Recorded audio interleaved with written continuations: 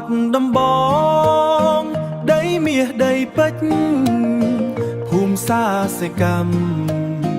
មិនដែលនឿយណាយស្រុកខ្មែរទាំងឡាយស្គាល់ច្បាំងចង្រុកស្រូវបែកខាងកើតខេត្តជាប់មាត់បឹងធំឯកភ្នំរំដំល្បាក់ទឹកហូរកាត់សង្កែបត់បែនឆ្លងក្រុងស្ងាត់ស្ងាត់ស្ទឹងហូរមិនដាច់ស្រោចស្រពវាលស្រែក្រឡេកទៅលិចក្រឡេកទៅលិចជួបភ្នំវែងអនឡាយសំឡូតបៃលិនក្បែរព្រំដែនថៃភ្នំក្រវាញ់ខ្ពស់ត្រដែតឈរចាំយាមព្រៃភ្នំសំពៅរឿងព្រេងបុរាណបាននន់ភ្នំខ្ពស់ទេសភាពត្រការរត់ណាន់មុនតួចាំងចែងថ្មដាភ្នំព្រឹកសំពៅលួនដីល្អថ្លៃថ្លាដាំផ្លែដំណាំបង្កើតផលកំរៃ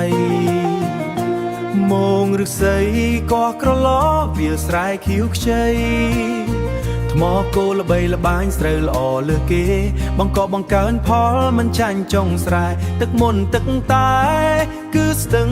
ដងទន្លេអោបាត់ដំបងដីមាសដីពេជ្រភូមិសាស្រំលេចគេឈ្មោះល្បីល្បាញដែនដីសេកាមមិនដែលនឿយណាយស្រុកខ្មែរទាំងឡាយស្គាល់ច្បាំងចង្រុកស្រូវ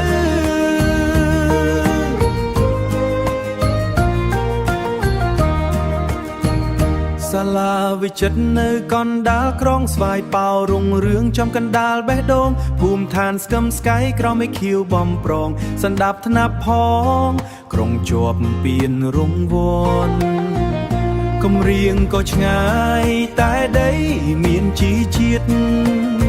ពុតសន្តែកដំឡូងពេញវាល្វឹងល្វើយធម្មជាតិប្រទានពរជ័យពុំដែលឡើ